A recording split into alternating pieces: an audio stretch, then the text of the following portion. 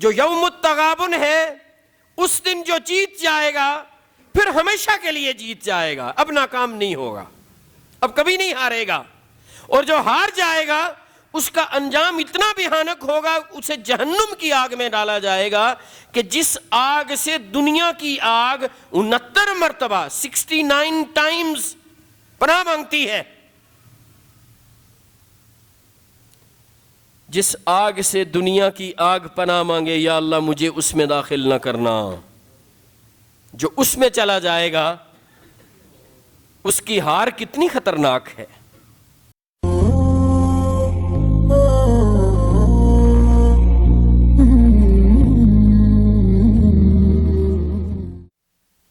ہر قسم کی حمد و ثنا اور کبریائی اللہ تبارک و تعالیٰ کی پاک ذات کے لیے ہے۔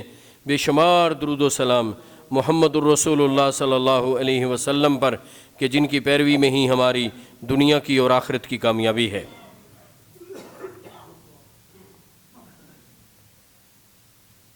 اے ایمان والو، اپنے آپ کو یعنی اپنے نفسوں کو اور اپنے اہل و عیال کو جہنم کی آگ سے بچاؤ۔ جہنم کی آگ سے بچانے کے لیے ہم نے کیا طریقہ کار اختیار کرنا ہے، کیا حکمت عملی تیار کرنی ہے، کس طرح دنیا کی زندگی میں سوچنا ہے، فکر کرنی ہے اور چلنا ہے تاکہ ہم خود بھی دنیا اور آخرت میں کامیاب ہو جائیں اور ہمارے اہل و عیال بھی دنیا کی زندگی اور آخرت کی ہمیشہ والی زندگی میں کامیاب ہو جائیں، اس پر گزارشات جاری ہیں۔ میں نے یہ گزارش کی تھی اور بڑا اہم نکتہ آپ کے سامنے رکھا تھا کہ انسان کی سوچ و فکر کی اصلاح ہو جائے، اسے درست راستے کی پہچان ہو جائے تو اس کا عمل بھی درست ہو جاتا ہے۔ اور جب تک ہمارے سوچ و فکر اور درست راستے کے انتخاب کا ہمیں علم نہیں ہوگا اور ہمیں یہ پتہ نہیں ہوگا کہ کون سی راہ پر چل کے کامیابی ہے، تو پھر ہم اپنے اہل و عیال کو کامیابی کے راستے پر کیسے چلائیں گے؟ اس لیے ایک مسلمان کو اپنی سوچ و فکر کی اصلاح کرنی چاہیے۔ اور میں نے گزشتہ خطبے میں یہ گزارش کی تھی کہ قرآن مجید نے ایک مسلمان کے لیے اس کی ترجیح اول کیا بیان کی ہے کہ ایک مسلمان کی دنیا کی زندگی میں ترجیح اور پرائیورٹی کیا ہونی چاہیے، فرسٹ پرائیورٹی۔ ویسے تو کئی پرائیورٹیز ہوتی ہیں نا، کئی ترجیحات ہوتی ہیں، ان میں جو فرسٹ پرائیورٹی ہے، ترجیح اول، پہلی ترجیح، وہ کیا ہونی چاہیے۔ اور اسی طرح یہ بھی وضاحت کی تھی کہ دنیا میں مسابقت اور مقابلے کا میدان کون سا ہے، ہم کس چیز میں دوسروں سے مقابلہ کر رہے ہیں، اور شریعت نے ہمیں کیا حکم دیا ہے کہ تمہاری مسابقت کا میدان کون سا ہے۔ وَفِي ذَلِكَ فَلْيَتَنَافَسِ الْمُتَنَافِسُونَ وَسَارِعُوا إِلَىٰ مَغْفِرَةٍ مِّن رَّبِّكُمْ وَجَنَّةٍ سَابِقُوا إِلَىٰ مَغْفِرَةٍ مِّن رَّبِّكُمْ وَجَنَّةٍ فَفِرُّوا إِلَى اللَّهِ۔ ایک مسلمان کے لیے قرآن مجید جس میدان کا انتخاب کرتا ہے کہ اس میدان میں اس راستے پر ایک دوسرے سے آگے بڑھنے کی کوشش کرو، وہ راستہ آخرت کی کامیابی ہے، جنت کی نعمتوں کا حصول ہے۔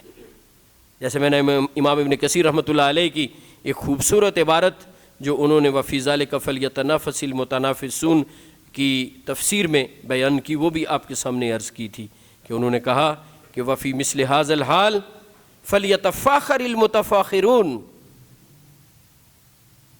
وَلْيَتَبَاهَى وَيُكَاسِرْ وَيَسْتَبِقْ إِلَىٰ أَهْلِهِ الْمُسْتَبِقُونَ۔ فخر کرنے والے آخرت کی نعمتوں کے حصول میں آگے بڑھنے پر فخر کریں، دنیا کے مال و اسباب پر فخر نہ کریں۔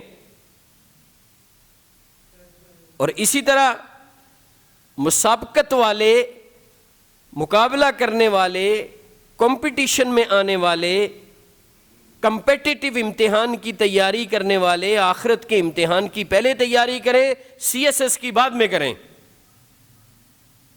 میں منع نہیں کر رہا کہ ہمارے ہاں جو کمپیٹیٹیو امتحان ہے CSS کا وہ آپ پاس نہ کریں، وہ بھی امتیازی نمبروں میں پاس کر کے اچھی جاب حاصل کریں، اپنے آپ کو دنیا میں معاشی اعتبار سے سیکیور کریں، لیکن اس سے پہلے جو اصل مقابلے کا امتحان ہے جو آخرت میں ہونا ہے اس کی تیاری کریں۔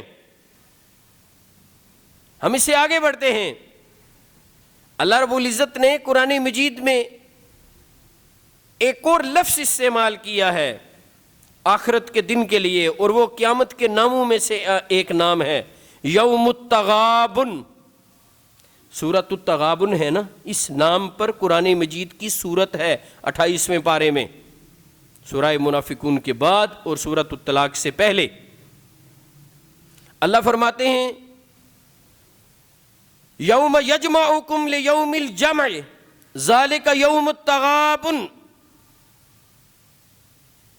لوگو، ایسا دن آنے والا ہے کہ جس دن کو اللہ نے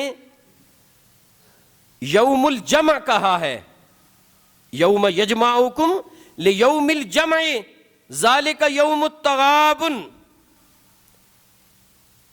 ایسا دن کہ جس دن کا نام ہی ہے کہ وہ دن جس دن لوگوں کو جمع کیا جائے گا، جمع کیا جانے والا دن، سب کو اکٹھا کیا جائے گا، اگلے پچھلوں کو ایک میدان میں سب کو اکٹھا کیا جائے گا۔ یحشر الناس، لوگوں کو اکٹھا کیا جائے گا، اور کیفیات کیا ہوں گی؟ حفاتن اراتن مشاتن غرلن۔ قیامت کے دن اگلے پچھلے سارے لوگوں کو ایک میدان میں اکٹھا کیا جائے گا، اور کیفیت کیا ہوگی؟ ان کی حالت کیا ہوگی؟ حفاتن اراتن مشاتن غرلن، 4 باتوں کا تذکرہ ہے۔ ننگے پاؤں، ننگے بدن، پیدل چلتے ہوئے اور بغیر ختنے کے، ان کو جمع کیا جائے گا۔ اللہ فرماتے ہیں ذالک یوم التغابن، لوگوں جان لو یہ ہے ہار جیت کا دن، یہ ہے ہار جیت کا دن۔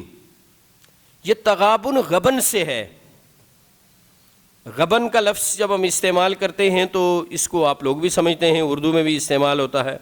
غبن کے معنی ہوتے ہیں کسی کو دھوکہ دے کر اس کا مال لے لینا، کسی کو دھوکہ دے کر اس کے حقوق پر ڈاکہ ڈالنا، مال بھی اس میں شامل ہے، اور دیگر جو اس کے مفادات اور حقوق ہیں ان پر ڈاکہ ڈالنا، یعنی کسی کو ڈیسیو کر کے فائدہ حاصل کر لینا، چیٹ کر کے فائدہ حاصل کر لینا۔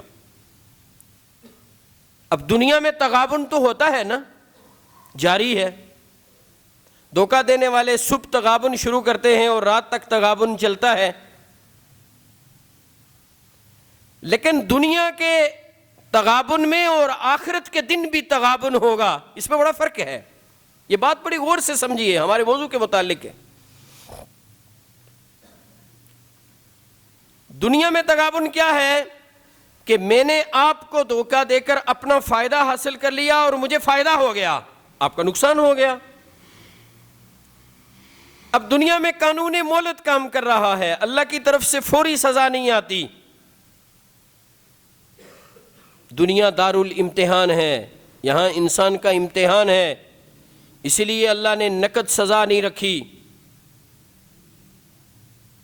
کچھ سزا ملتی ہے جن کے اندر کچھ نہ کچھ کہتے ہیں کہ ایمان کی رتی ہوتی ہے، ہمارے کہا جاتا ہے نا ایمان کی رتی، یعنی تھوڑا سا ایمان ہوتا ہے، ان کو اللہ دنیا میں بھی ان کی بدعمالیوں پر کچھ سزا دیتے ہیں تاکہ وہ سنبھل جائیں، تاکہ وہ اس بات پر توجہ کریں کہ ہمیں یہ پریشانی اور نقصان شاید ہماری بدعمالیوں کی وجہ سے ہوا ہے، وہ اللہ سے توبہ کر لیں اور اللہ رب العالمین ان کو معاف کر دیں۔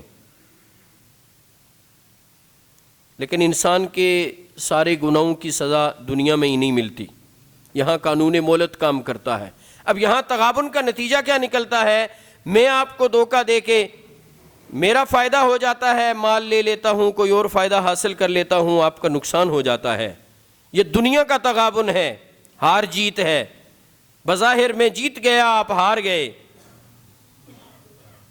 کچہری میں کیس ہوا، آپ کی پروسیکیوشن کمزور ہے لیکن آپ کا وکیل بڑا اسٹرانگ ہے اور آپ نے وکیل اور جج دونوں کو خرید لیا ہے, آپ کیس جیت گئے ہیں, میں حق پر ہونے کے باوجود کیس ہار گیا ہوں, میں ہار گیا ہوں, آپ جیت گئے ہیں. یہ دنیا کی ہار جیت ہے. اب قرآن بتلاتا ہے کہ آخرت کی ہار جیت کیا ہے. دیکھیے دنیا کی ہار ہار نہیں ہے, بلکہ دنیا کی ہار کے لیے تو کہا گیا ہے فیلئر از دا کی ٹو دا سکسیس.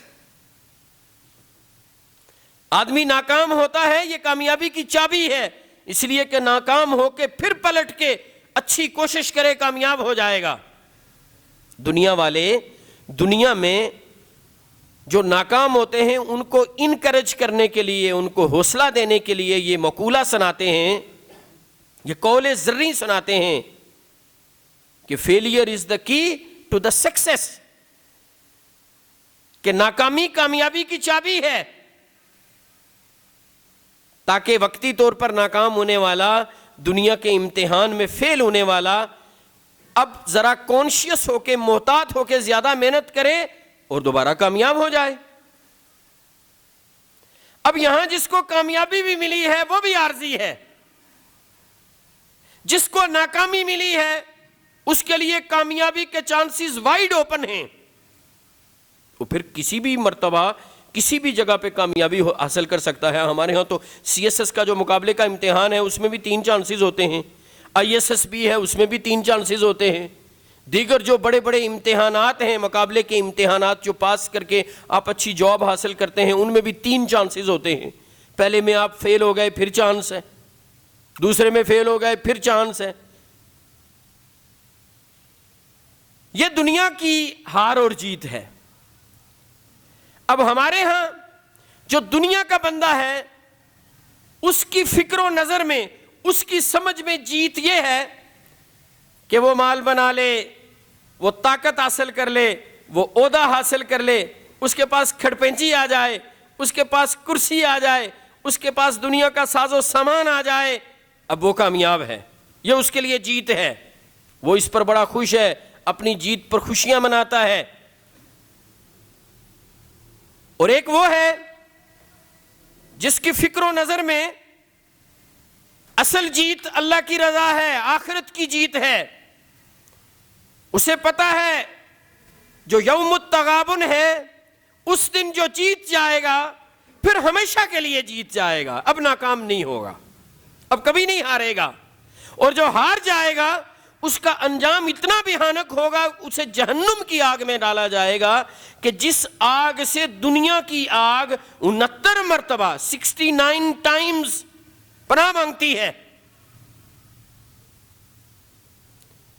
جس آگ سے دنیا کی آگ پناہ مانگے, یا اللہ مجھے اس میں داخل نہ کرنا. جو اس میں چلا جائے گا اس کی ہار کتنی خطرناک ہے. اب جیسے قرآن ہمیں یہ بتاتا ہے مومن کی ترجیح اول کے کیا ہونی چاہیے, مومن کی فکر و نظر میں, اس کی سوچ میں, اس کے ذہن میں اس کی سب سے بڑی ترجیح اور اس کا سب سے بڑا ہدف کیا ہونا چاہیے.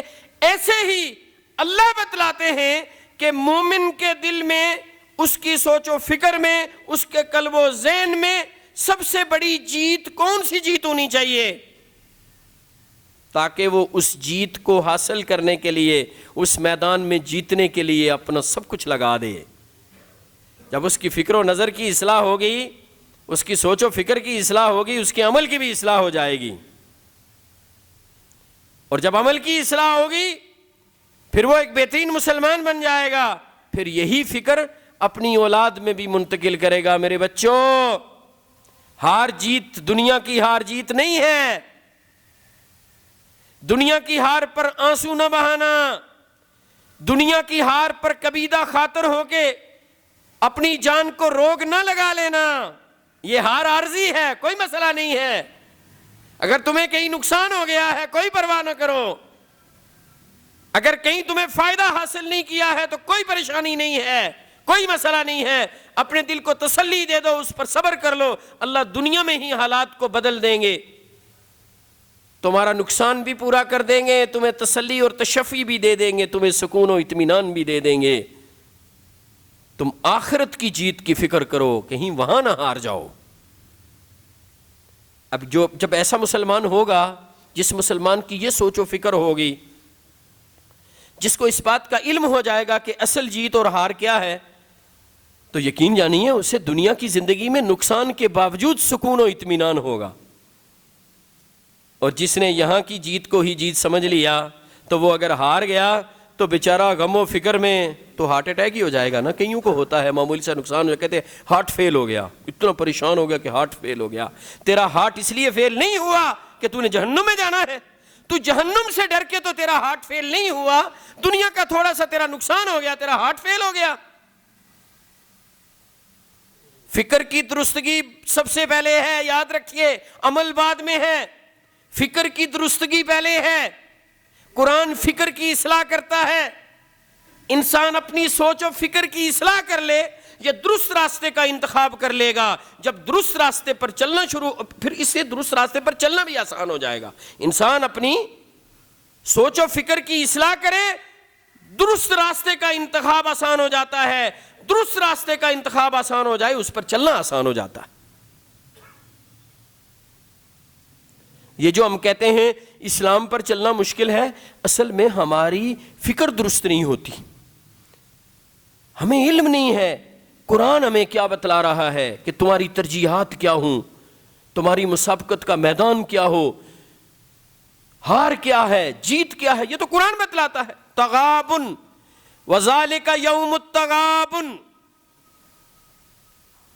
یہ ہے ہار جیت کا دن۔ اللہ اکبر۔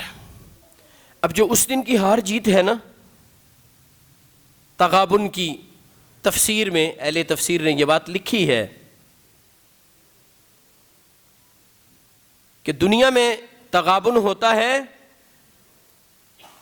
تو جو دوسرے کو دھوکہ دے کے فائدہ حاصل کرتا ہے اس کو فائدہ مل جاتا ہے، لیکن قیامت کے دن کا تغابن کیا ہے کہ اب ان دونوں کے درمیان قیامت کے دن مقابلہ ہے ہار جیت کا۔ التغابن وفی ذلک ان اہل الجنت یغبلون اہل النار، یغبنون اہل النار۔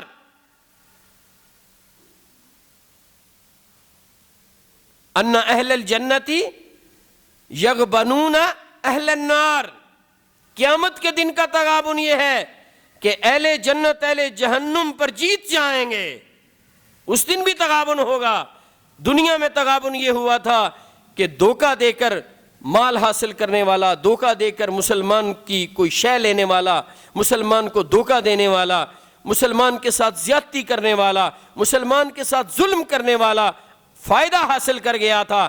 اب آج کا تغابن کیا ہے کہ آج دونوں کو دوبارہ میدان محشر میں کھڑا کیا گیا ہے، اور وہ صحیح مسلم کی حدیث جو باب الظلم کی ہے، ایک مفسر نے اس آیت کی تفسیر میں وہ حدیث بیان کی ہے، وہ میں ہمیشہ بیان کرتا ہوں کہ رسول اللہ صلی اللہ علیہ وسلم نے فرمایا میری امت کا مفلس یہ ہے، میں اختصار سے بیان کرتا ہوں تفصیل سے نہیں، فرمایا ان المفلس من امتی من یاتی یوم القیامت بصلاۃ وصیام وفی روایت وزکا ویاتی قد شتم ھذا وقذف ھذا واکل مال ھذا وسفک دم ھذا وضرب ھذا فیؤتی ھذا من حسناته وھذا من حسناته فإن فنیت حسناته قبل ان یقسم علیہ اخذ من خطایاهم فطرحت علیہ ثم طرح فی النار او کما قال صلی اللہ علیہ وسلم۔